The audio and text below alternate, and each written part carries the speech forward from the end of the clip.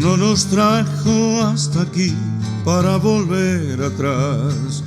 Nos trajo aquí a poseer la tierra que nos dio.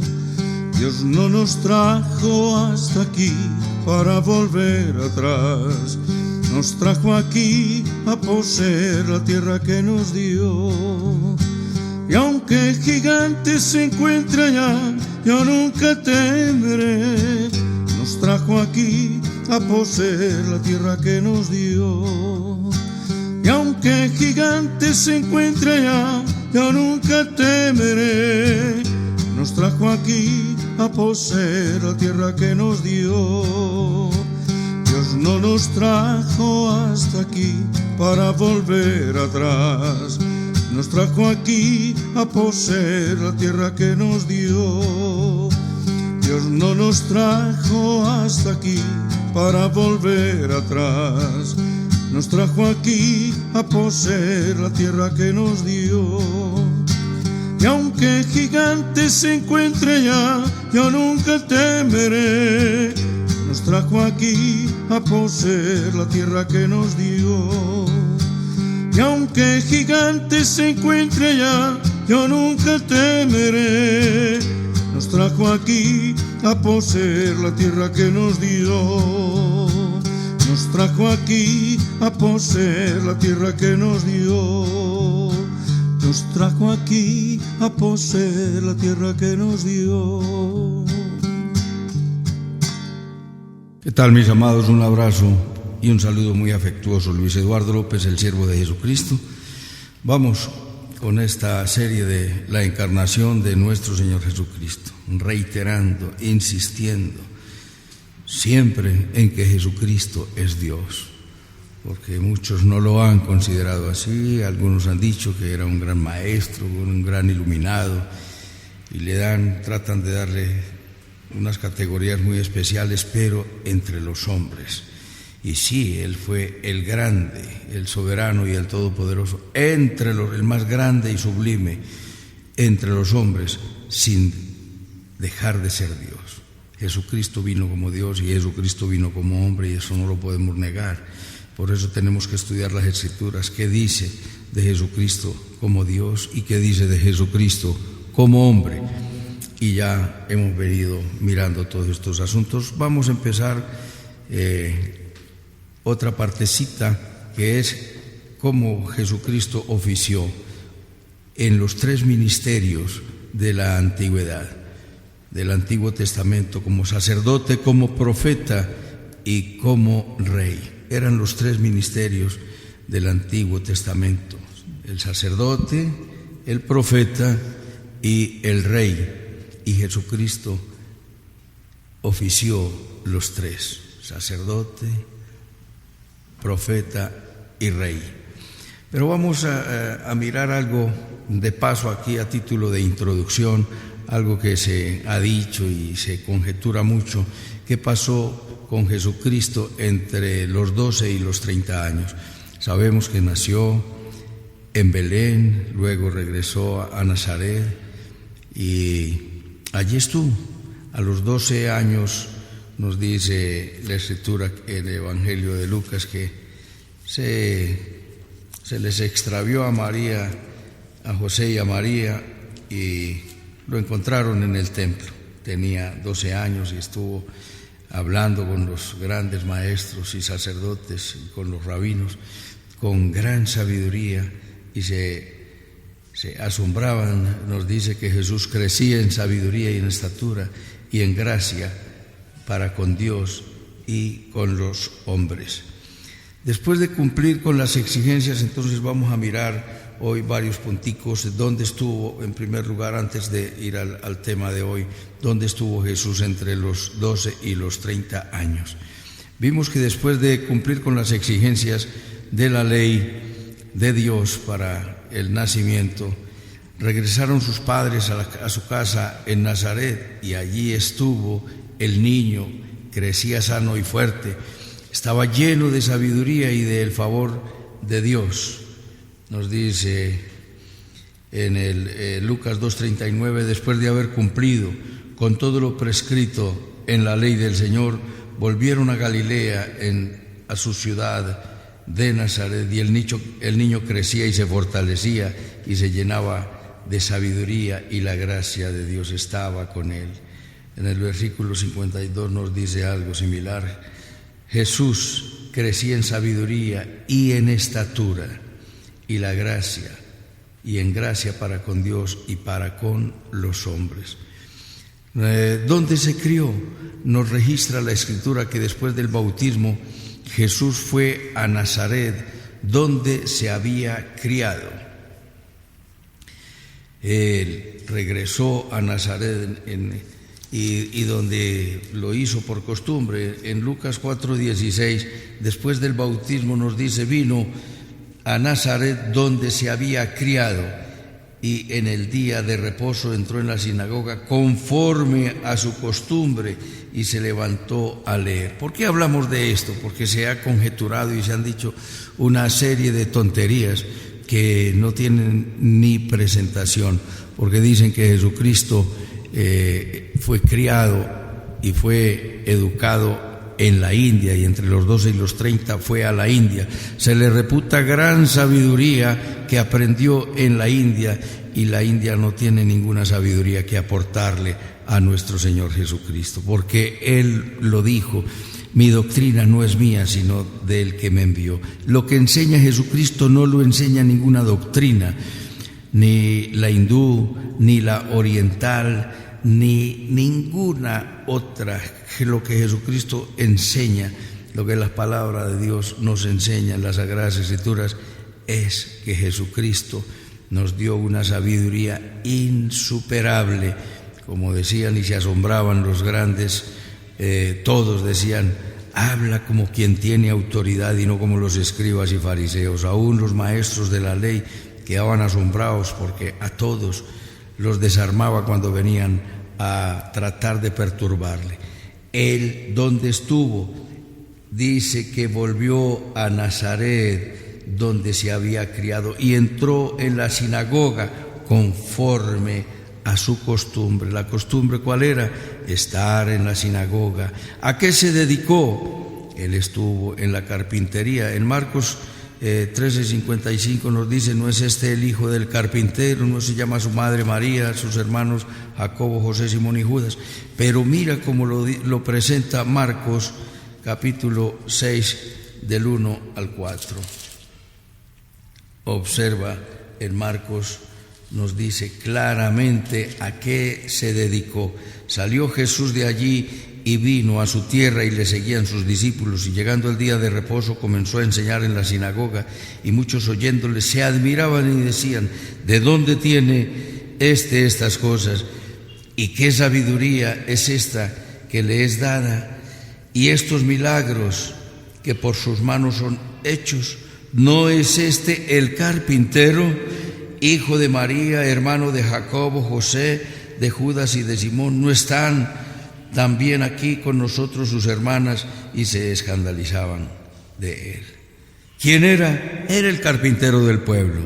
Esto lo dice la Sagrada Escritura. Este es el carpintero, ¿cierto? Él aprendió el oficio de su padre. Al parecer, ya la historia nos lo cuenta, que José, al parecer, murió a temprana edad, pero Jesús ya había aprendido el oficio de su padre José, y se tuvo que encargar de la carpintería para buscar la manutención de la familia. Él no estudió en la India. Mira lo que dice en Juan 7:15. Él no estudió, él estuvo estudiando, fue al lado de José y María. Ellos fueron los que lo formaron. María guardaba todas estas cosas en el corazón. Nos dice: mas a la mitad de la fiesta subió Jesús al templo y enseñaba, y se maravillaban los judíos diciendo: ¿cómo sabe letras sin haber estudiado? Si se fue a estudiar a la India, pues el pueblo lo hubiera sabido y hubiera quedado registrado acá. Él, entre los 12 y los 30, entre el primer año, a los primeros años, huyó, estuvo en Egipto, y en Egipto a temprana edad, porque nos dice la Escritura que estuvo allí hasta que murió Herodes, que era el que quería darle muerte. Las Sagradas Escrituras nos enseñan que el hombre no llega a ser Dios, sino que es Dios quien se hace hombre.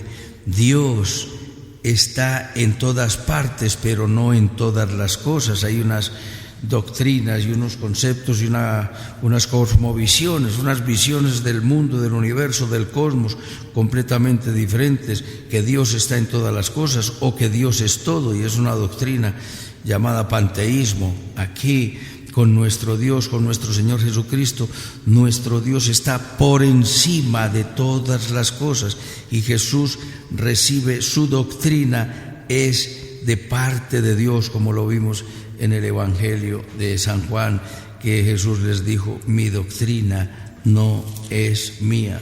Jesucristo vino a ser, dice, he descendido no para hacer mi voluntad, sino la voluntad del que me envió.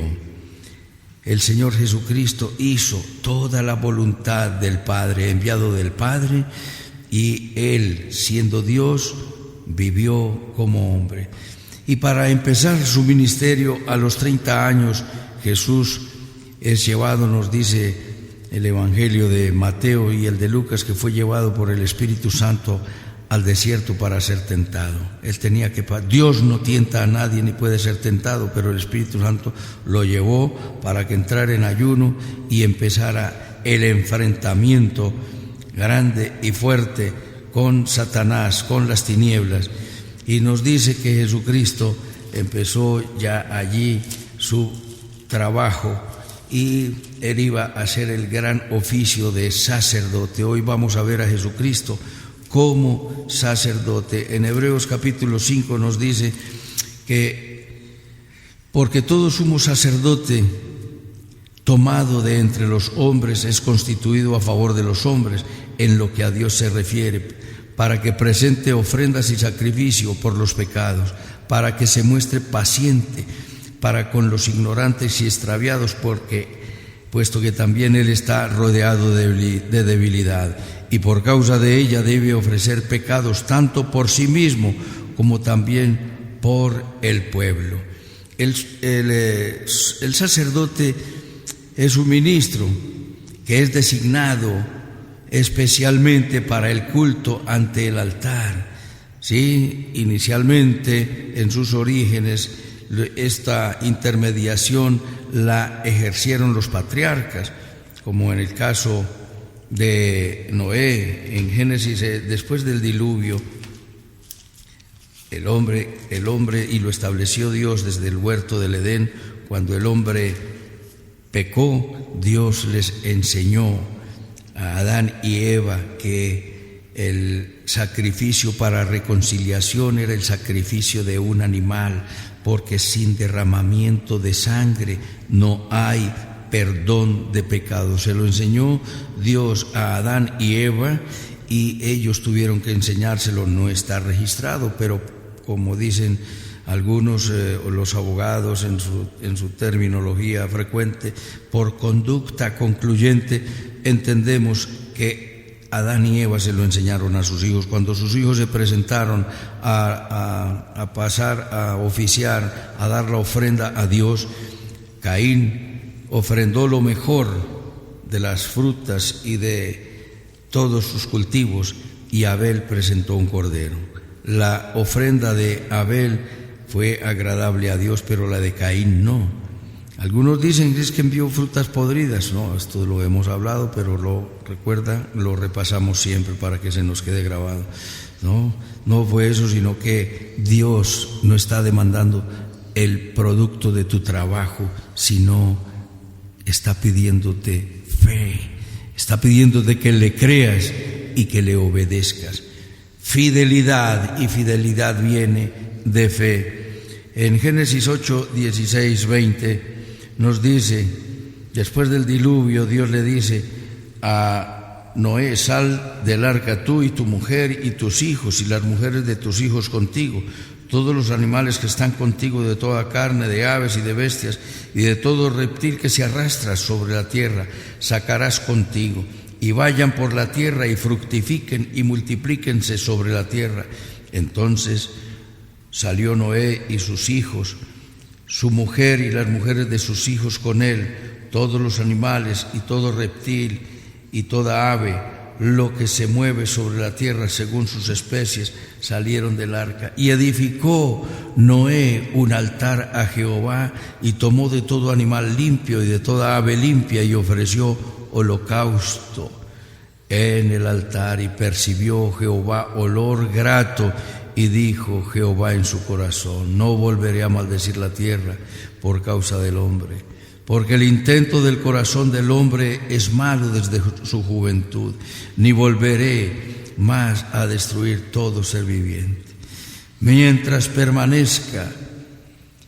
la tierra permanezca, no cesarán la sementera y la siega, el frío, el calor, el verano, el invierno, el día y la noche. Todo esto fue hecho por nuestro Dios. Pero Dios recibió el aroma fragante del sacrificio que Noé había hecho. Eran los patriarcas, eran los padres de familia los que inicialmente hacían los sacrificios de reconciliación con Dios. La reconciliación con Dios era mediante sangre. ¿Por qué?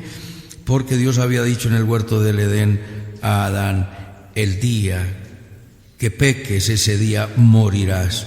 Y cuando el día que pecó Adán, el día que pecaron Adán y Eva, ese día hubo muerte, pero una muerte sustituta, y murió el animal con el cual, con la piel, fueron cubiertos Adán y Eva. Esto mostrando, anunciando proféticamente de esta manera que vendría un inocente. El animal que murió en lugar de Adán y Eva era un animal inocente. Y después estableció por la ley en Génesis 12 y en Levítico capítulo 23, nos dice que el animal debería ser de 1 año y sin defecto, y el animal era indefenso porque no había cometido ningún pecado. Esto mostrando al inocente por excelencia, del Dios hecho hombre que vendría a pagar por la muerte de el pecador. Después vemos a Noé ofreciendo sacrificios en el altar a Jehová, vemos que también Abraham, Isaac y Jacob ofrecieron sacrificios. Eran los padres de familia los que conducían y enseñaban a sus hijos la manera como debía operar la reconciliación con Dios. Derramamiento de sangre, es decir, premostrando la sangre perfecta de el hombre perfecto y del hombre inocente. Moría el inocente en lugar del pecador. Al que no conoció pecado, por nosotros lo hizo pecado, para que nosotros fuésemos hecho justicia de Dios en él. Entonces luego, con la ley de Moisés, después del éxodo, Dios ordena que todo primogénito fuera consagrado a Dios. Pero luego Dios hace un cambio y hace la redención y escoge una tribu, la tribu sacerdotal, la tribu de Leví, para que fueran los sacerdotes de Dios. Los levitas era la tribu sacerdotal que se encargaría de oficiar todos los rituales sagrados.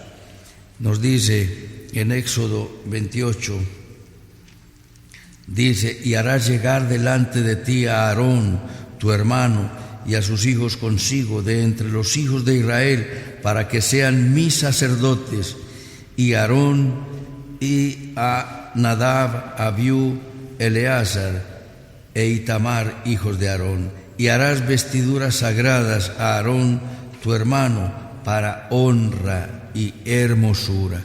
Dios ya consagró una tribu, la tribu sacerdotal, la tribu de Leví, para que estuviera en todos los oficios sagrados. También nos registra en Éxodo capítulo 40, nos dice versículo 12: y llevarás a Aarón y a sus hijos a la puerta del tabernáculo de reunión, los lavarás con agua y harás vestir a Aarón las vestiduras sagradas y lo ungirás y lo consagrarás para que sea mi sacerdote. Después harás que se acerquen sus hijos y les vestirás las túnicas y los ungirás como ungiste a su padre y serán mis sacerdotes, y su unción les servirá para el sacerdocio perpetuo por sus generaciones. El rey, el profeta y el sacerdote entraban a sus oficios al ser ungidos para tales menesteres, de manera que el sacerdote era escogido entre el pueblo. En la antigüedad, en el Antiguo Testamento, Dios se reservó una tribu para que se encargara de todos estos oficios sagrados, y el hombre pecaba y el hombre venía y presentaba un cordero, pero no, el hombre tenía que acercarse a Dios a través del sacerdote. Como en el Antiguo Testamento Dios estaba tratando con un pueblo muerto, es decir, no habían nacido de nuevo,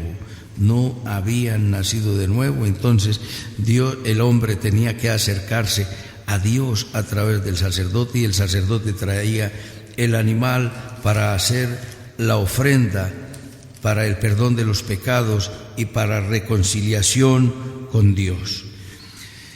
Nos dice entonces que el sacerdote era tomado a favor de los hombres. Todo sumo sacerdote de entre los hombres es constituido a favor de los hombres, es a favor de los hombres. El pecado interrumpía en el Antiguo Testamento, interrumpía la relación con Dios. El pecado de un creyente en el Nuevo Testamento, muchos enseñan que la salvación se pierde, lo que no me parece que sea correcto, y la Escritura no enseña eso. En Juan 5:24 nos dice exactamente que eso no puede ser. ¿Por qué? Porque ha pasado de muerte a vida. Nos dice: de cierto os digo, el que oye mi palabra y cree al que me envió tiene vida eterna y no vendrá a condenación, mas ha pasado de muerte a vida. El que piensa que la salvación se pierde, un pecado y pierde la salvación. Pide perdón y vuelve y nace de nuevo. Vuelve y peca y pierde la salvación. Vuelve y se arrepiente, y ese es un jueguito que es un absurdo. ¿Cuántas veces nacemos del vientre de la madre? Una vez. ¿Y cuántas veces los hijos nos han desobedecido? Cuando nos desobedecieron o fueron groseros o hicieron lo inapropiado, ¿dejaron de ser nuestros hijos? No, están en una relación con los padres de educación y de formación. En esa misma relación estamos con nuestro Dios, en una relación de formación para que Cristo sea formado en nosotros y nosotros le demos la espalda al pecado y aprendamos a obrar de manera recta e íntegra. En el Antiguo Testamento nos dice la Escritura en Isaías 59:2 que la mano de Dios no se ha acortado para ayudar, pero los pecados del pueblo habían hecho una gran división entre el pueblo y Dios, y habían hecho ocultar el rostro para no oír. Es decir, el pecado había levantado una barrera, y el sumo sacerdote debía presentarse delante de Dios con sacrificios agradables a Dios para derribar la barrera. Es lo que se llama la expiación, el sacrificio para aplacar la ira de Dios. ¿Mediante qué? Como lo hemos dicho, mediante el derramamiento de sangre, el derramamiento de la sangre de un inocente, de un animal. Y de esta manera se restauraba la relación con Dios. Derramar la sangre de un cordero hoy en día sería abominación, porque el sacrificio ya se ha hecho perfecto mediante nuestro Señor Jesucristo. La ignorancia hace que el hombre se extravíe, por eso es que se hace necesaria la enseñanza y la predicación. Necesitamos de la predicación y de la enseñanza, como lo dice en Romanos 10:14. ¿Cómo pues invocarán a aquel en el cual no han creído? ¿Y cómo creerán en aquel de quien no han oído? ¿Y cómo oirán sin haber quien les predique? ¿Y cómo predicarán si no fueren enviados? Como está escrito: cuán hermosos son los pies de los que anuncian la paz, de los que anuncian alegres nuevas. De manera que para invocar el nombre del Señor hay que enseñarlo, y esto fue lo encargado en la gran comisión. La ignorancia, mi pueblo pereció porque le faltó conocimiento, y hay gente que tiene ignorancia voluntaria, hay otros que no han podido acceder a la información o al conocimiento. Dios tiene un trato especial. Cuando los paganos que no tienen ley hacen por naturaleza lo que es de la ley, ellos son ley para sí mismos, acusándolos o defendiéndolos. Sus razonamientos, es decir, muestran la obra de la ley. ¿Cuál es la obra de la ley? Educar al ser humano para que haga la voluntad de Dios. Si no hay predicador que le enseñe, el Espíritu Santo tocará y llegará a los rincones donde no pudo llegar predicador. Hay registros de que en el Medio Oriente muchos se han convertido mediante sueños y mediante visiones, o en un momento en su muerte, en su agonía, se le presentará el Espíritu Santo, se presenta a Jesús y dice: yo soy el camino y la verdad y la vida, porque nadie viene al Padre sino por mí. De manera que necesitamos la enseñanza y la predicación.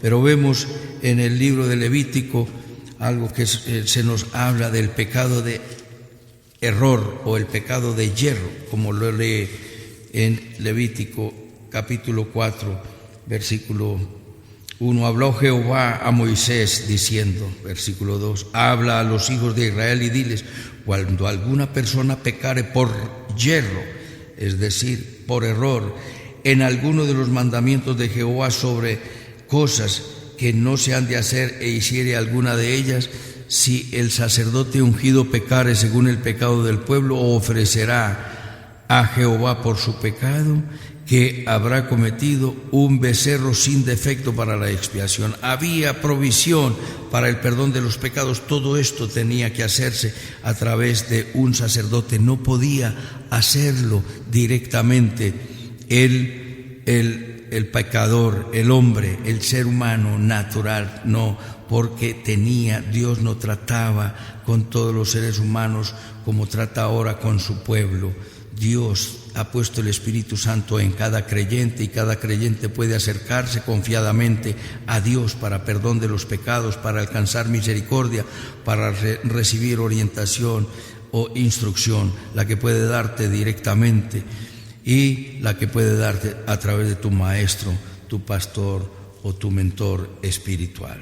Entonces, cuando el hombre pecaba, tenía que ofrecer a través de el sacerdote un sacrificio a Dios, pero había también unos asuntos de pecados deliberados donde no había provisión para el perdón de los pecados, como nos dice aquí en Deuteronomio capítulo 17, versículo 12. El hombre que procediere con soberbia, no obedeciendo al sacerdote que está para ministrar allí delante de Jehová tu Dios, o al juez, el tal morirá, y quitarás el mal de en medio de Israel. Pecados deliberados, pecados perseverantes, y había unos pecados por los cuales no había provisión para perdón de los pecados, morían irremisiblemente por la gravedad del pecado.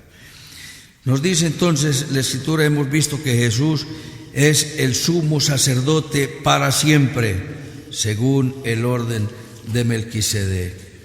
Jesús es el Rey, Jesús es el sacerdote y Jesús es el profeta, pero estamos viendo que Jesús oficia como sumo sacerdote y que el sacerdote era tomado en favor de los hombres. Ahora miremos en tercer lugar que el sacerdote es identificado con los hombres.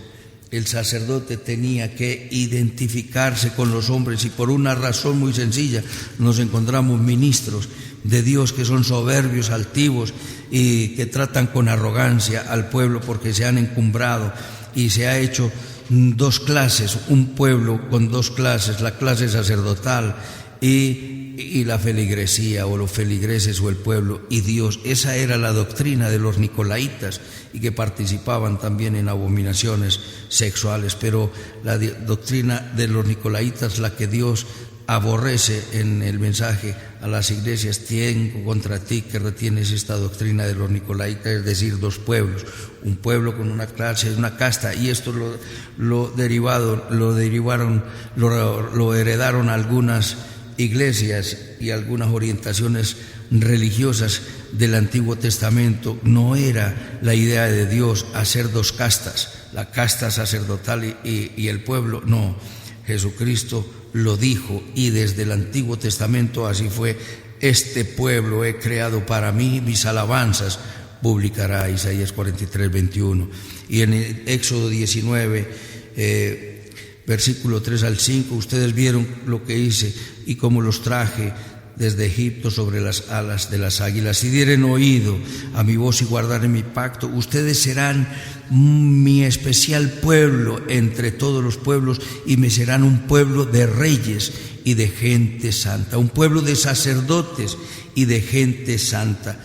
Como nos dice, esto se cumple como Israel no lo recibió, no lo quiso aceptar y rechazó al Mesías. Se cumple en la iglesia, donde dice: vosotros sois real sacerdocio, nación santa, pueblo adquirido, linaje escogido por Dios. Somos un pueblo, no dos pueblos, un pueblo sacerdotal y un pueblo feligrés. No, somos un solo pueblo. El sacerdote tenía que mostrarse paciente, tenía que identificarse con Dios. Jesús fue sumo sacerdote para siempre. El sacerdote era tomado en favor de los hombres, y en tercer lugar, el sacerdote tenía que identificarse con los hombres. Versículo 3: para que se muestre paciente con los ignorantes y extraviados, puesto que también Él está rodeado de debilidad. Nosotros, como siervos de Jesucristo, tenemos que ser pacientes, compasivos y misericordiosos, y quitar el dedo amenazador, como lo dice Isaías 58, dejar de estar señalando al pecado y ridiculizando y tratando mal al que está extraviado, o al que es ignorante, o al que es débil. En Romanos 14 y 15 nos dice que recibamos al que es débil en la fe, porque el sacerdote, siendo hombre, también ha pasado por experiencias pecaminosas por su humana debilidad. Nosotros tenemos una humana debilidad, y también caemos, también nos debilitamos, también pecamos, también fallamos, y también necesitamos ser tratados con misericordia. Por eso nos dice el apóstol Pablo: si alguno de vosotros es sorprendido en alguna falta, vosotros que sois espirituales, restauradle con espíritu de mansedumbre, considerándote a ti mismo, no sea que tú también seas tentado.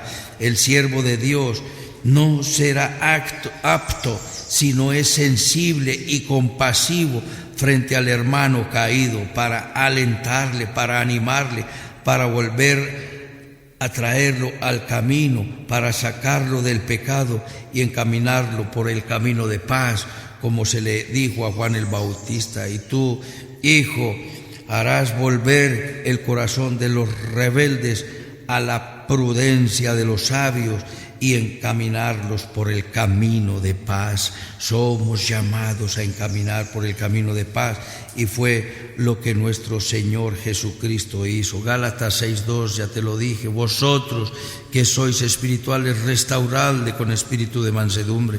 Por eso dice la Sagrada Escritura que la palabra cumple 3 propósitos. Nos dice Primera de Corintios capítulo 14, nos dice la Sagrada Escritura: el que profetiza habla a los hombres para edificación, exhortación y consolación.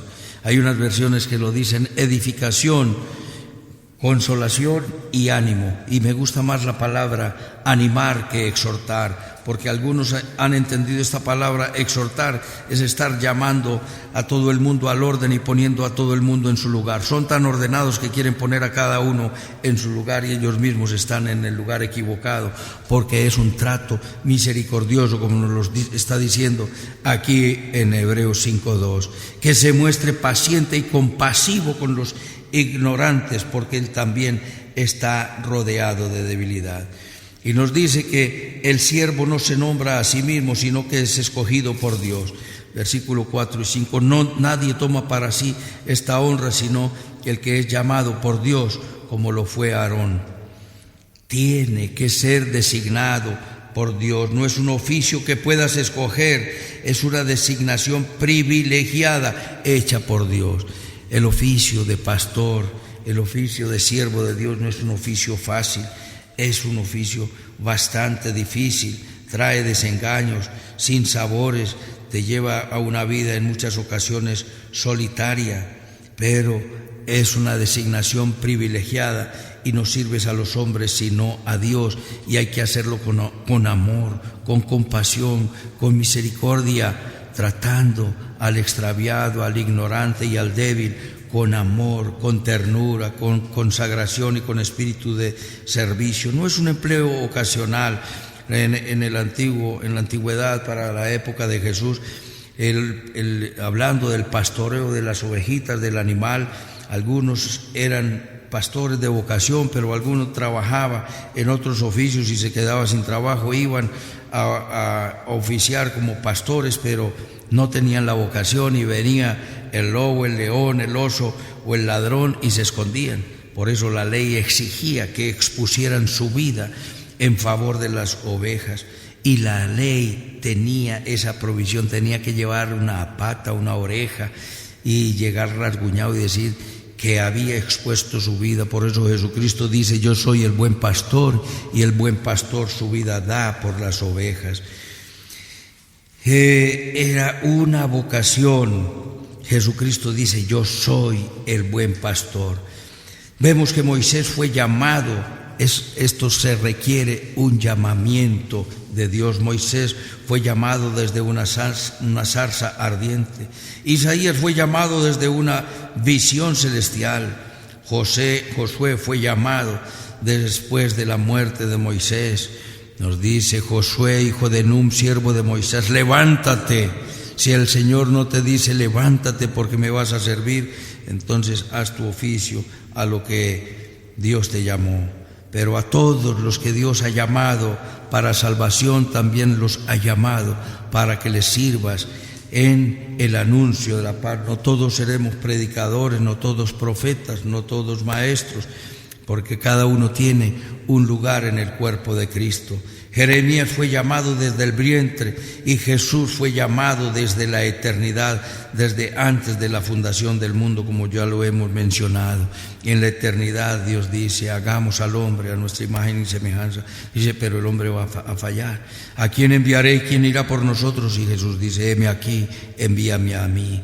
Y de esto lo vio Isaías cuando veía la gloria de Dios, sí, en su llamamiento, y vio a Dios en la eternidad, y se refería a nuestro Señor Jesucristo.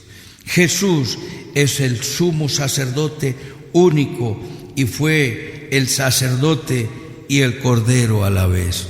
El sacerdote, en Levítico 16, le llevaban el animal y lo degollaba, y después le llevaban otro cordero, ponía las manos sobre la cabeza y confesaba los pecados del pueblo, sus pecados propios, y dejaban ir al cordero al desierto.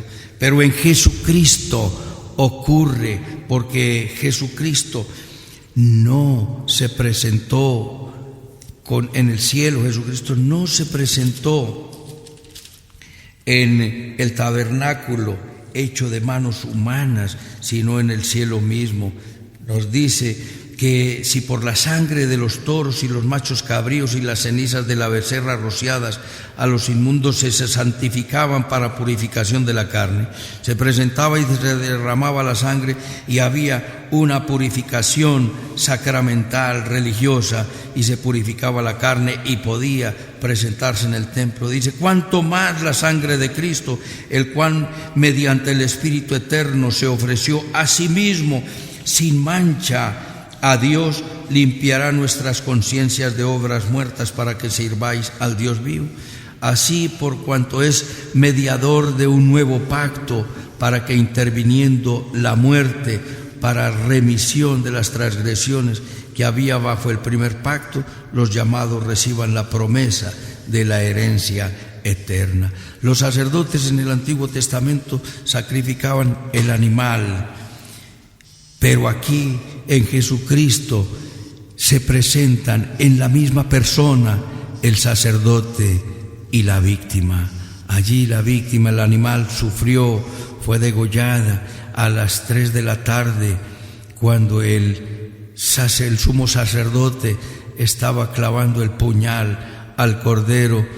Decía estas palabras, clavaba la daga en el animal y decía: consumado es.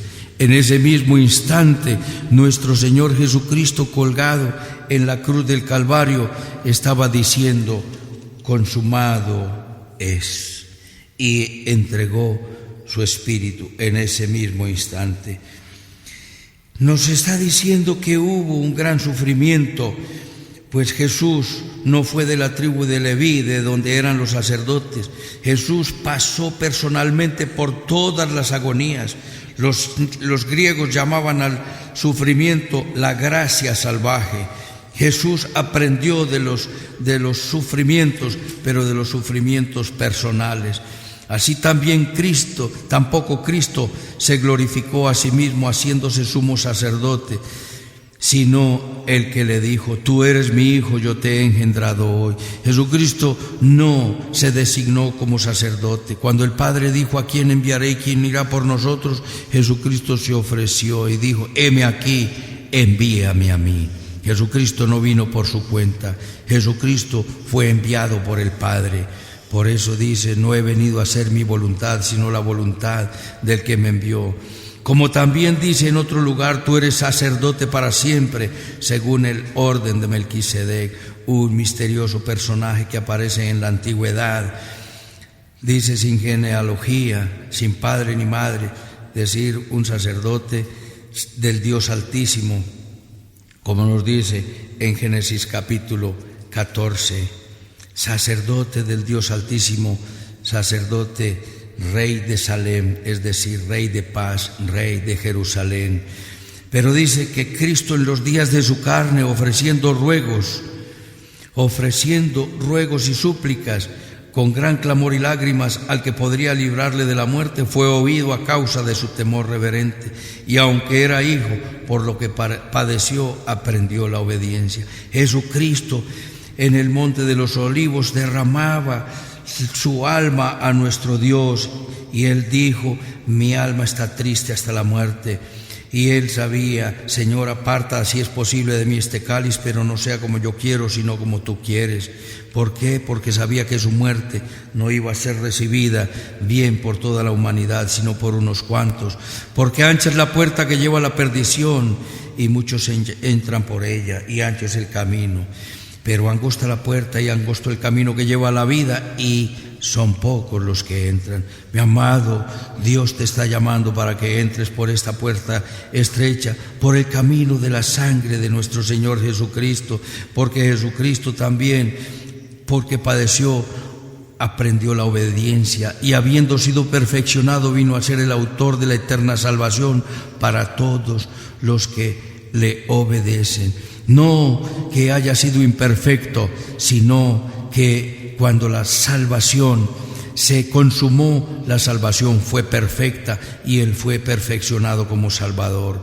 Es como el pintor que no ha hecho ninguna pintura se perfecciona cuando hace la obra maestra.